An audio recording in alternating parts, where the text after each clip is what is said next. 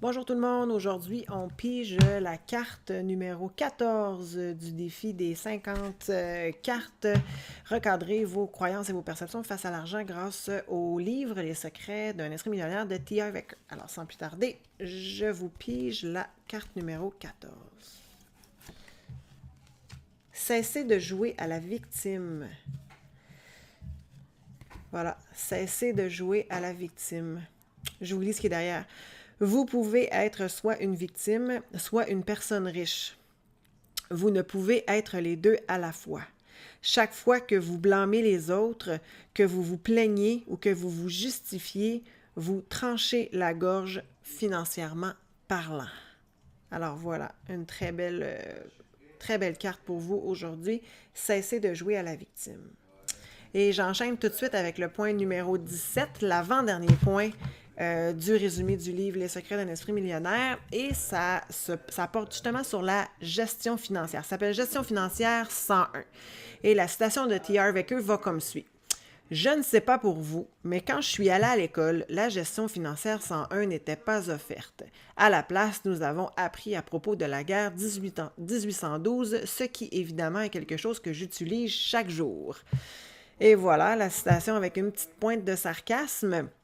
Mais c'est plutôt vrai. Je veux dire, mais c'est aussi important de savoir, oui, c'est vraiment important de savoir son histoire, mais c'est aussi crucial de savoir comment gérer ses avoirs, ses finances. Il existe des manières simples de savoir où va votre argent et comment le gérer.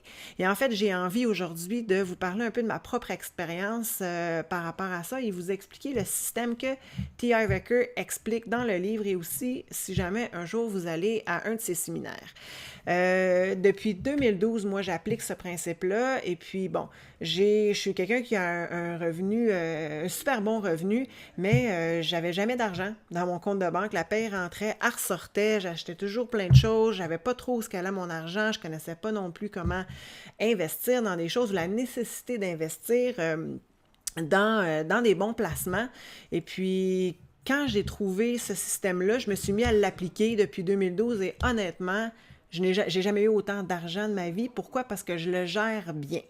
Et je vous explique tout de suite comment ça fonctionne. T. Harv Eker appelle ça le système des jars en anglais. Donc, c'est comme des pots, comme des petits piggy banks, là, des petits cochons avec des trous dedans. Puis lui, il y en a 6. Ça prend 6 pots. Moi, ce que j'ai fait, bon, j'ai pas de. On est dans un ère technologique aujourd'hui, j'ai pas 6 petits pots chez nous. En fait, je me suis ouvert carrément 6 comptes de banque épargne. Super facile de faire ça en ligne par votre portail de la banque si vous en avez, ou aller dans une succursale et ouvrir 6 différents comptes. Et à chaque fois que mes payes rentrent, celle de la mienne et celle de mon conjoint, je la redivise dans le système expliqué par T. Harv Eker. Alors, le premier jar, c'est celui des nécessités. Les nécessités, c'est quoi? C'est tout ce que vous avez besoin pour vivre pendant le mois. Donc, tout ce qui s'appelle payer l'hypothèque, tout ce qui s'appelle payer les comptes, l'hydro, le câble, les vêtements dont vous avez besoin. Ça peut être la garderie des enfants, ça peut être votre pension, les assurances de maison, les assurances personnelles. Tout ça, c'est des choses qui sont nécessaires. La nourriture, c'est nécessaire. L'essence, c'est nécessaire. La voiture, ça, c'est tous des comptes qui sont... il y en a tous les mois et c'est tout le temps le même montant. Alors, le premier, c'est nécessité. Je vous énumère les 6 en premier et ensuite je vais les expliquer. Donc, nécessité. Le deuxième s'appelle le play jar. En anglais, en fait, c'est le pot dans lequel vous mettez de l'argent pour vous amuser, pour vous gâter. Le troisième pot, c'est éducation. Super important de toujours mettre de l'argent de côté pour continuer à vous éduquer. Aller prendre des cours, aller suivre des séminaires, faire des formations, des certificats, peu importe. Alors, troisième jar, éducation. Le quatrième s'appelle, en anglais, il appelle ça le LTSS, donc Long Term Saving Spending, donc les dépenses à long terme. Ça, c'est de l'argent qu'on met dans ce compte-là pour des achats éventuels qui sont plutôt nécessaires, mais plutôt gros. Exemple, une nouvelle télévision écran plat, on veut faire un voyage, une croisière, un voyage dans le sud, on veut éventuellement acheter une nouvelle voiture, on veut acheter une maison, mettre un cash down sur une maison. Ça, c'est le jar LTSS. Le cinquième pot, c'est give, donner. Alors, on réserve un petit montant de notre salaire pour donner à des organismes de charité, des fondations. Ça peut être aussi des cadeaux qu'on fait à des amis ou aux entourages. Donc, on réserve une petite portion pour ça. Ensuite, le sixième, ça s'appelle le FFA. FFA pour Financial Freedom Account. Donc, votre compte qui va vous aider à devenir financièrement indépendant. Je le laisse comme ça pour l'instant. Je vous y reviens plus tard. Alors, je reviens au début. Alors, nécessité. Combien on alloue pour les nécessités? On alloue 55% de notre revenu mensuel, admettons, où ça revient au même. Là. C'est un pourcentage qu'on prend. Donc, peu importe le montant que vous faites en tant que revenu, on parle toujours de pourcentage ici. Donc, vous adaptez votre montant au pourcentage que TRQ monte. Donc, nécessité 55%. On ne dépasse pas 55%, ça peut être moins que ça, évidemment. Le pledger, 10%. Puis, il y a une règle avec le pledger.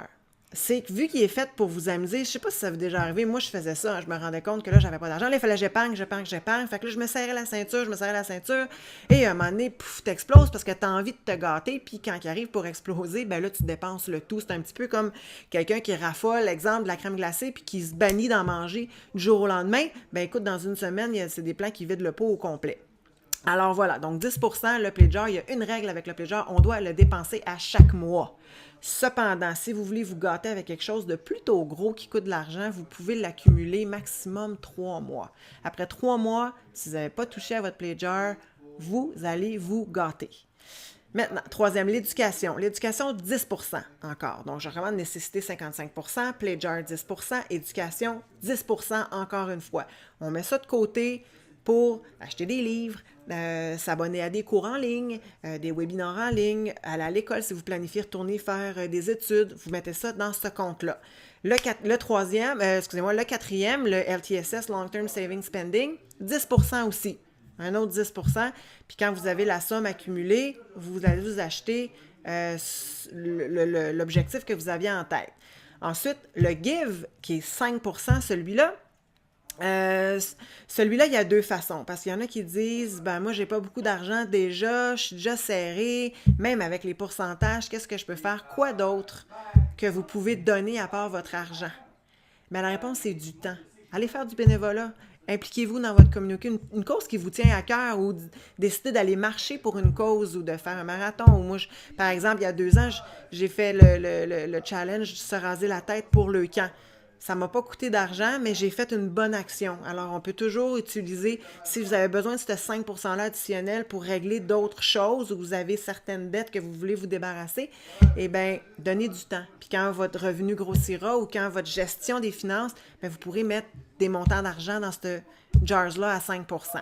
Et la dernière, la sixième, qui est le Financial Freedom Account, votre compte pour devenir éventuellement indépendant financièrement, 10% encore. Donc, on a 55, 10, 10, 10, 5 et 10 pour un total de 100% de votre revenu. Et celui-là, là, le FFA, vous mettez 10% à chaque fois que votre revenu manque, vous mettez 10%. Moi, je le fais. La paie rentre, le 15, le 30 et je divise tout de suite dans mes 6 comptes de banque que je vois à l'écran à l'Internet. Et puis, le FFA, on n'y touche jamais. OK? Vous allez dire, ben pourquoi est-ce que je mets de l'argent là-dedans? Pourquoi? Parce que c'est l'argent qui va aller là-dedans. Oui, éventuellement, vous allez faire des choses avec, mais c'est pas pour vous payer une maison ou pour vous payer des vêtements ou vous payer du bon temps. C'est pour investir. Donc, si je prends dans ce compte-là, c'est pour investir, pour ce que je fais me redonne des intérêts que je vais remettre. Donc, ce compte-là va toujours grossir. Il faut le voir comme, lui, il appelle ça le golden goose, l'espèce d'oie d'or là, qui pond des œufs d'or. Bien, votre FFA, votre compte FFA, c'est votre grosse poule qui grossit sans cesse et elle fait des œufs. Et elle fait donc, puis chaque œuf, c'est un investissement qui va rapporter. Et celle-là va toujours grossir. Il faut pas aller, dans le fond, tuer votre poule aux œufs d'or si vous l'attaquez elle directement puis que vous prenez l'argent qu'il y a dedans pour acheter d'autres choses que pour faire des investissements. C'est comme si vous mettiez à mort votre poule aux œufs d'or. Si vous tuez votre poule aux œufs d'or, il n'y aura plus d'œufs d'or qui va sortir. Alors, c'est ça le système. Je vous mets en même temps un lien en dessous sur millionaireminds.com, qui est le site internet de Peak Potential. C'est en anglais, mais c'est un teleclass, c'est un enregistrement que vous pouvez écouter aussi qui vous parle de ce même système-là. Je l'ai appliqué, ça fonctionne. Et puis, je reviens aussi sur le compte nécessité, 55%. Prenez le temps et calculez combien de pourcentage vos nécessités prennent sur votre salaire. Si c'est plus que 50%, là, vous avez deux choix. Soit que vous trouvez une façon d'augmenter vos revenus pour que ça fasse 55%, pas nécessairement tout le temps facile, dépendamment des contextes. Une alternative un peu plus simple, simplifiez vos dépenses. Ça va prendre de l'effort, mais est-ce que vous avez besoin d'avoir votre Vidéotron Super HD avec 2000 chaînes quand vous n'écoutez peut-être seulement 10? Est-ce que vous avez besoin de votre forfait cellulaire 6 GB de data quand vous n'utilisez seulement 1 GB? Faites l'effort de rationaliser ce que vous avez besoin. Magasinez vos assurances. Est-ce que vous avez besoin d'acheter une Volvo, par exemple, si vous n'avez pas les moyens de vous la payer, puis vous seriez mieux peut-être d'y aller avec une petite Honda pendant une couple d'années pour éventuellement avoir votre char, exemple, Volvo de rêve, OK? Important de simplifier. Si vous dépassez le 55%, simplifiez. Si vous écoutez cette capsule-là, puis vous me dites, Marie-Noëlle, pour l'instant, c'est impossible pour moi de faire ça, prenez un petit montant par mois et faites l'exercice de faire 55, 10, 10, 10, 5, 10. Faites-le parce que c'est le comportement qui est important. Ancrez le comportement chez vous. Si vous devez commencer avec $1 à la limite, faites-le. Puis avec le 10 cents, ben, allez vous gâter. Puis éventuellement, là, ça va enclencher une espèce d'action chez vous, puis vous allez être capable de le faire. Puis il y a des super belles histoires sur le site web de Millionaire Minds, des gens qui sont partis avec ça. La fille, elle avait 1$ à faire et elle a fait l'exercice et elle l'a fait, elle est allée s'acheter un chewing-gum avec son 10 cents, puis elle l'a-tu mâché avec plaisir, son chewing-gum. Aujourd'hui, la personne est rendue millionnaire. Pourquoi? Parce qu'elle a engrangé l'espèce de gestion financière 101. Elle a réussi à un moment donné à se construire un FFE, un Financial Freedom Account. Elle a pu investir et puis éventuellement, son revenu a grossi, grossi, grossi. Et puis, ça a fonctionné. Et je vous le dis, personnellement, ça fonctionne. Essayez-le. C'est à vous de le faire. Alors voilà, sur ce, je vous souhaite une super belle journée. Et puis, on se revoit demain pour piger une 15e carte. Alors, bye bye!